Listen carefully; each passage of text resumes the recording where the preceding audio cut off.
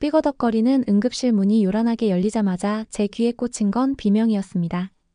체열바늘도 들어가기 전에 이미 대기 중이었던 환자들 사이로 교통사고 부상자가 피투성이가 되어 실려 들어오셨습니다. 심장이 쿵쿵 뛰기 시작했습니다.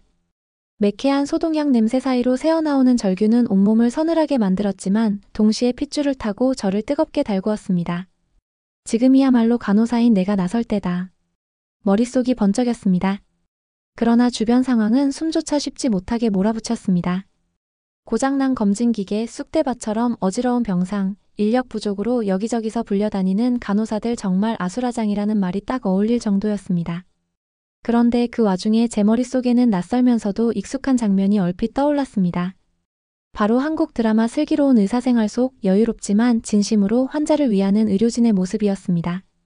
이 상황에서 저 드라마 같은 모습을 우리가 만들 수 있을까?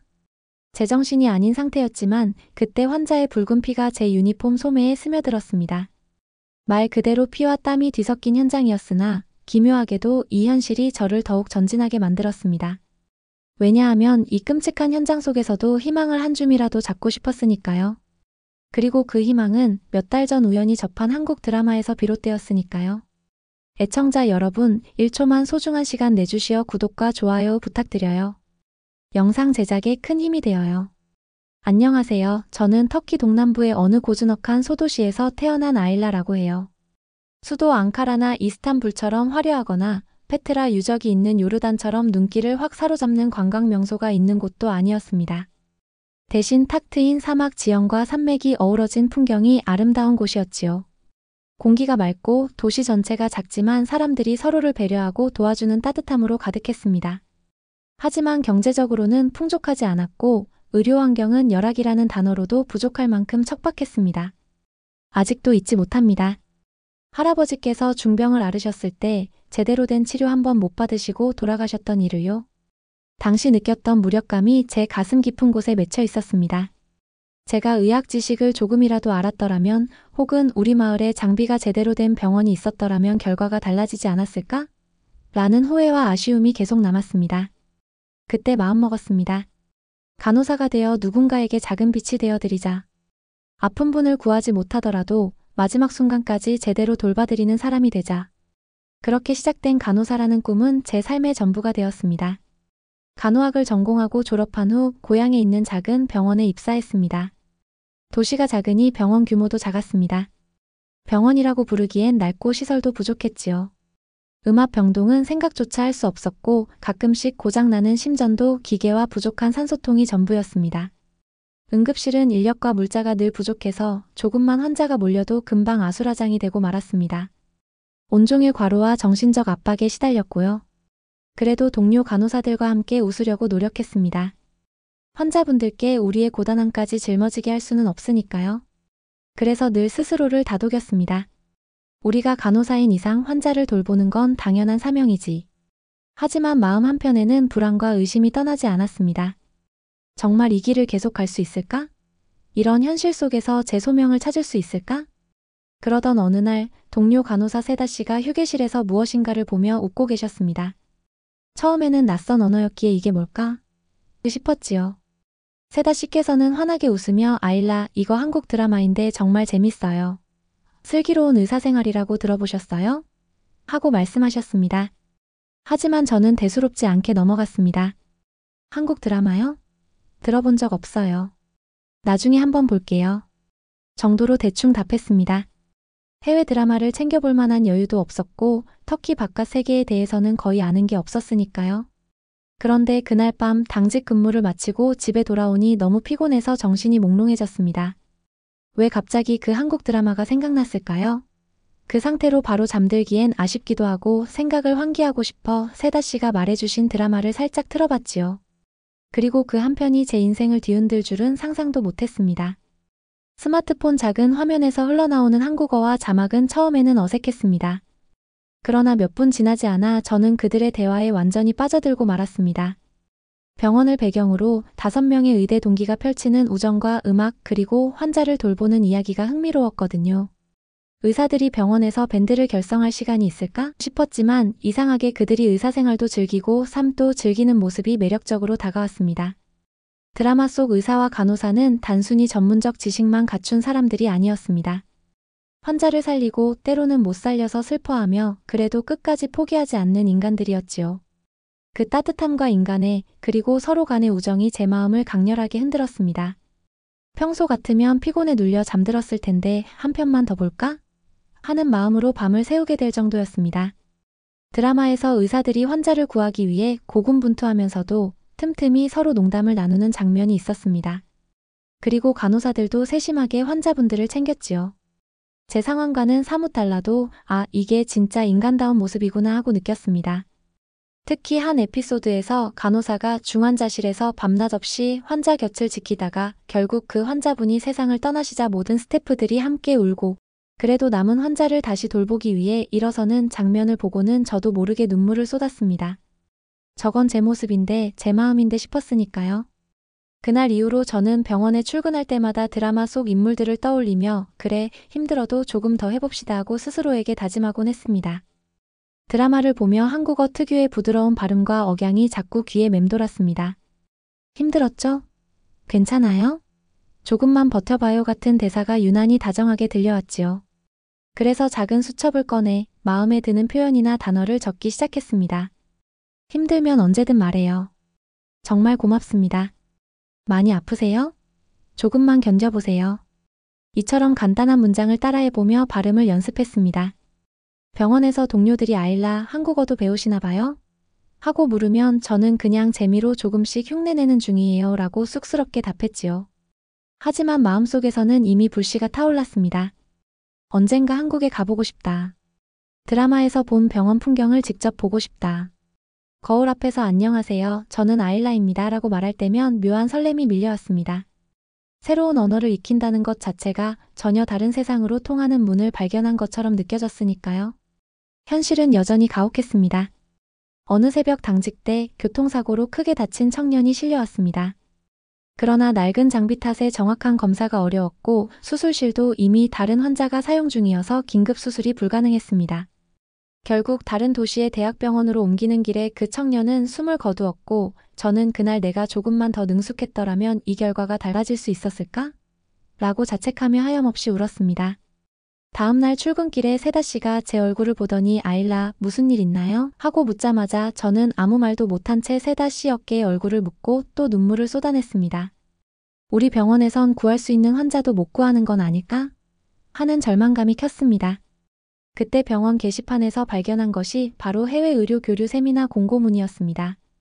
그 공고문에는 터키 보건 당국이 주최하고 해외 병원들이 협력하여 진행하는 세미나 참가자 모집 내용이 있었습니다. 터키 각 지역 병원에서 간호사와 의사 몇 분씩을 선발해 해외 병원 견학과 세미나, 워크숍에 참석시킨다는 것이었습니다. 저는 심장이 뛰었습니다. 이거다, 바로 이 기회다. 더 넓은 세상을 보고 병원을 개선할 방법을 배울 수 있을 거야. 라는 생각이 들었습니다. 물론 조건이 까다로웠습니다. 영어 인터뷰도 봐야 했고 자비 부담 비용도 만만치 않았습니다. 동료들은 아일라, 현실적으로 너무 힘든 도전 아니냐고 걱정했지만 제 머릿속에는 슬기로운 의사생활 속 대사가 맴돌았습니다.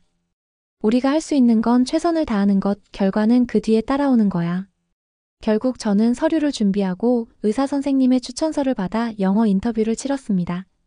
한 달쯤 지났을까요? 축하드립니다. 한국 병원 견학 프로그램에 선발되셨습니다. 라는 메일을 받았습니다. 저는 그날 병원 복도에서 스마트폰을 보다가 그대로 무릎을 꿇고 눈물을 흘렸습니다. 주변 동료들은 함께 기뻐해 주었고 저 역시 제 인생의 전환점이 될 거라는 예감에 설렜습니다. 평생 터키 국경을 벗어난 적이 없던 제가 드디어 비행기에 올랐습니다. 한국으로 가는 직항은 아니었지만 경유를 거쳐 도착한 인천공항은 믿기 힘들 정도로 크고 현대적이었습니다. 공항에서 저를 맞이한 한국 스태프들에게 안녕하세요 라고 건넸더니 그분들이 놀라면서 한국어 하실 줄 아세요? 라고 하시기에 조금밖에 못해요 라고 어색하게 답했습니다. 그 작은 환영 인사가 저를 몹시 설레게 했습니다. 며칠 뒤 한국의 대형 병원을 견학할 날이 되었습니다. 설레는 마음으로 버스 창밖을 바라봤는데 높은 빌딩과 깔끔하게 정비된 도로들이 눈에 들어왔습니다. 그리고 병원에 도착하자마자 저는 놀라서 우와 라는 감탄사를 연발했습니다. 자동문이 착착 열리고 전광판에 진료 안내가 떠 있으며 안내 로봇까지 돌아다니는 모습이 마치 미래 세계를 보는 것 같았습니다. 가이드를 따라 병원을 둘러보는데 입이 다물어지지 않았습니다. 각 진료과마다 전문팀이 협업하고 응급실은 체계적인 프로토콜에 따라 환자를 분류하고 있었습니다. 전자차트 덕분에 의사와 간호사 모든 분들이 환자 정보를 실시간으로 공유하며 필요한 검사를 진행했습니다. 중환자실, 감염 격리구역, 수술실 할 것 없이 최신식 장비와 인력이 유기적으로 움직였습니다. 물론 드라마처럼 낭만적인 장면만 있는 건 아니었습니다. 응급실이 바빠지면 금세 긴장감이 감돌았고 심각한 환자가 오시면 의료진도 초조함을 감추지 못했습니다. 하지만 그런 순간에도 간호사분들은 차분하게 어디가 어떻게 아프세요? 라며 환자를 다독였고 신속하게 필요한 조치를 취하더군요. 저는 그 모습에 깊은 인상을 받았습니다. 환자를 안심시키면서도 민첩하게 대처하는 게 진정한 프로구나 하고요. 이 병원에선 기계와 기술만 발전한 게 아니었습니다. 의사 선생님들과 간호사님들이 굉장히 소통을 자주 하시는 것 같아요 라고 제가 묻자 한 간호사님께서는 웃으며 대답하셨습니다. 당연하죠. 우리는 한 팀이니까요. 서로 믿고 존중해야 환자분을 최우선으로 돌볼 수 있다고 생각해요. 그 말씀을 듣자 드라마 속에서 의사들이 밴드를 결성해 함께 음악을 즐기던 모습이 자연스레 떠올랐습니다. 실제 병원에선 밴드까지는 아니지만 함께 일하고 함께 노력하는 문화가 뿌리 깊게 박혀있는 느낌이었습니다. 저는 그 점에 반해버렸습니다. 워크숍과 세미나를 통해 응급처치 프로토콜, 감염관리 시스템, 전자차트 활용법 등을 배웠습니다. 영어로 진행되어 의사소통에 어려움은 없었지만 한국 스태프들이 중간중간 한국어로 덧붙이는 설명을 해주실 때면 제가 배운 한국어를 조금이라도 써보고 싶어졌습니다. 아, 그 말은 이런 뜻인가요? 말씀하신 프로토콜을 저희 병원에서도 시도해보면 좋을 것 같은데 가능할까요? 이렇게 서툴게나마 한국어를 섞어 질문하면 다들 반갑게 웃으며 더 상세히 알려주셨습니다. 마음을 열고 배우다 보니 어느새 저 자신이 한국 병원 문화에 흠뻑 젖어들고 있었습니다. 그렇게 일주일 정도 워크숍에 참여하던 중 함께 온 해외 간호사 한 분이 갑작스러운 복통을 호소하며 쓰러졌습니다. 급성 맹장염이라고 했지요. 낯선 나라에서 환자가 된 당사자는 극심한 통증과 두려움에 창백해지셨고 다른 분들도 순간적으로 당황하셨습니다. 그때 제가 용기를 내 한국 의료진께 다가가 한국어와 영어를 섞어 상황을 설명드렸습니다. 이분이 너무 아파하시는데 지금 바로 수술이 필요할까요? 라고 여쭙고 의료진께서는 네, 급히 수술실에 들어가셔야 합니다. 너무 걱정 마시고 저희에게 맡기세요 라고 답해 주셨습니다. 수술실로 들어가기 전 제 동료 간호사님께서는 공포로 손을 부들부들 떨고 계셨습니다. 저는 드라마에서 봤던 대사를 떠올리며 말씀드렸습니다. 걱정하지 마세요. 곧 괜찮아지실 거예요. 여기 의사 선생님들 정말 잘하십니다. 영어와 한국어를 번갈아 하며 안심시키자 동료분께서도 신기하다는 듯 웃으시면서 한결 안심하는 모습이었습니다. 결국 수술은 무사히 끝났고 동료분은 빨리 회복하셨습니다. 그날 저는 제가 배운 한국어가 정말로 사람을 돕는 데 쓰일 줄이야 하는 생각에 뿌듯했습니다. 한국 병원 견학 일정을 마친 뒤 잠시 서울 시내를 돌아볼 기회가 생겼습니다. 길거리 음식의 향기, 지하철 안내 방송, 활기 넘치는 사람들의 모습이 모두 인상적이었습니다. 온통 한글 간판이 보였지만 제가 몇몇 단어를 알아볼 수 있게 되었다는 점이 스스로 대견했습니다.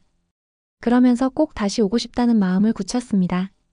귀국 비행기를 타기 전 공항에서 잠시 한국어 교재를 펼쳐 고맙습니다. 안녕히 계세요. 건강하세요. 같은 표현을 복습했습니다.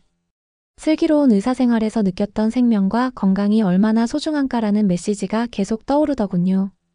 저도 고향 병원으로 돌아가면 조금 더 열심히 누군가의 건강을 지키는 일에 헌신해야겠다고 다짐했습니다. 다시 작은 고향 병원으로 돌아왔습니다. 물론 시설이 하루아침에 바뀌진 않았고 여전히 인력도 부족했습니다. 하지만 제 마음은 달라졌습니다. 그래도 내가 배운 걸 시도해보자. 작아도 변화를 만들어보자. 우선 간호사와 의사분들께 교대 근무 전 브리핑 시간을 갖자고 제안했습니다.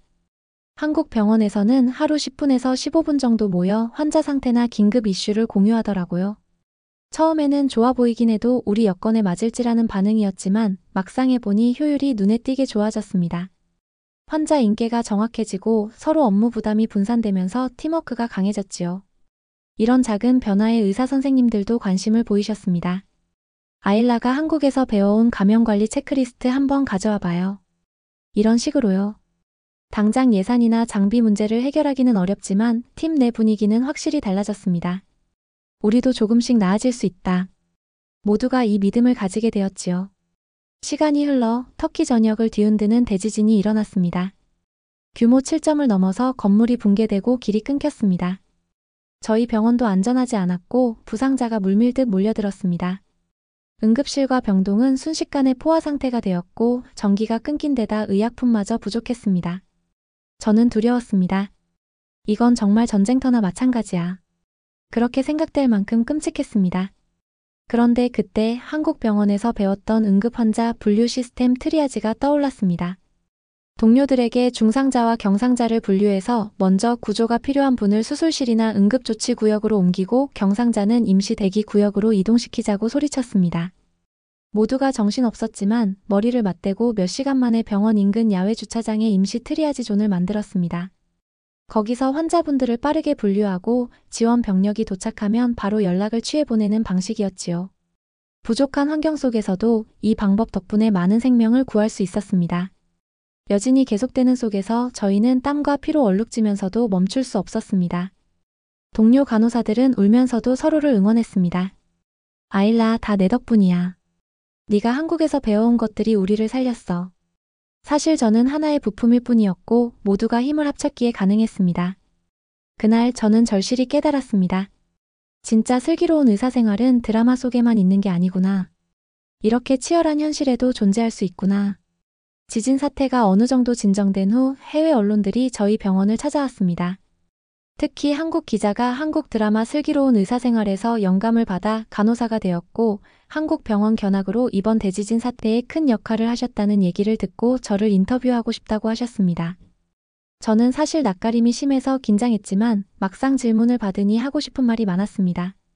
한국 드라마에서 의료진의 따뜻함과 협업을 보고 깊은 감동을 받았습니다.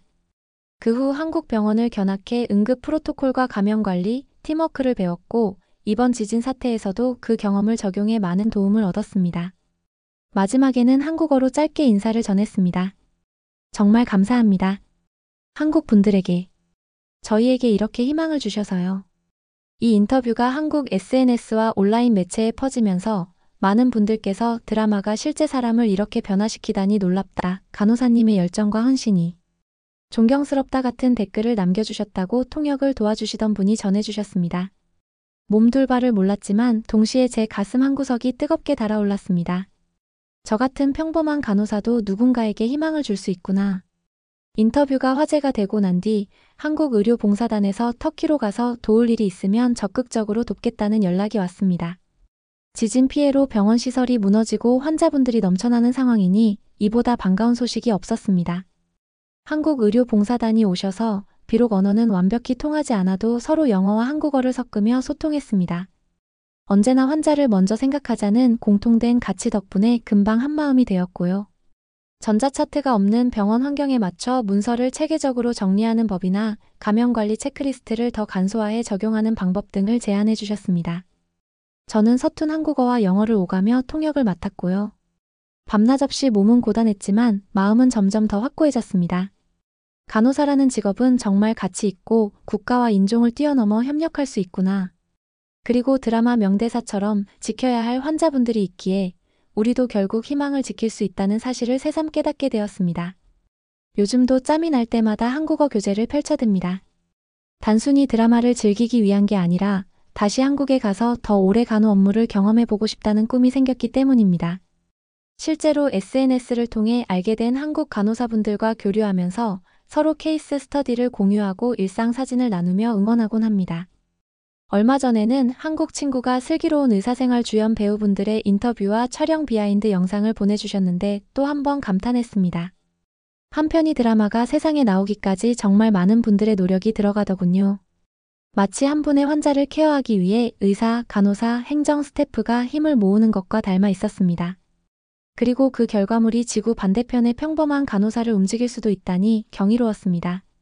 만약 그날 세다 씨가 휴게실에서 한국 드라마를 보고 있지 않으셨다면, 만약 제가 호기심에 그 드라마 한 편을 틀지 않았다면 저는 여전히 병원의 열악한 현실에 지쳐서 주저앉아 있었을지도 모릅니다.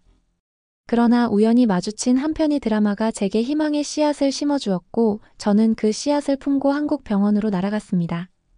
그리고 돌아와 작은 병원을 조금씩 변화시키기 시작했습니다. 물론 여전히 상황은 힘겹습니다. 예산이나 장비 문제, 인력 부족 등 해결해야 할 과제는 많습니다.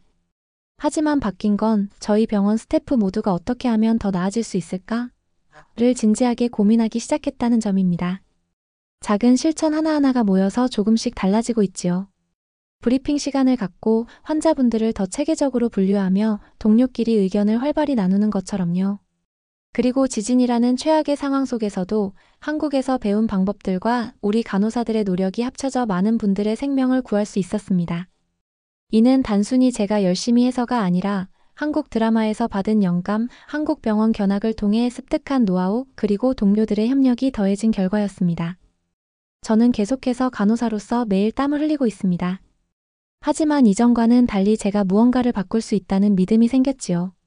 그리고 사람과 사람 사이의 마음이 가장 중요하고 마음이 통해야 국경과 언어의 장벽도 넘어설 수 있다는 사실도 깨달았습니다. 오늘의 사연은 여기까지입니다. 재미있으셨나요?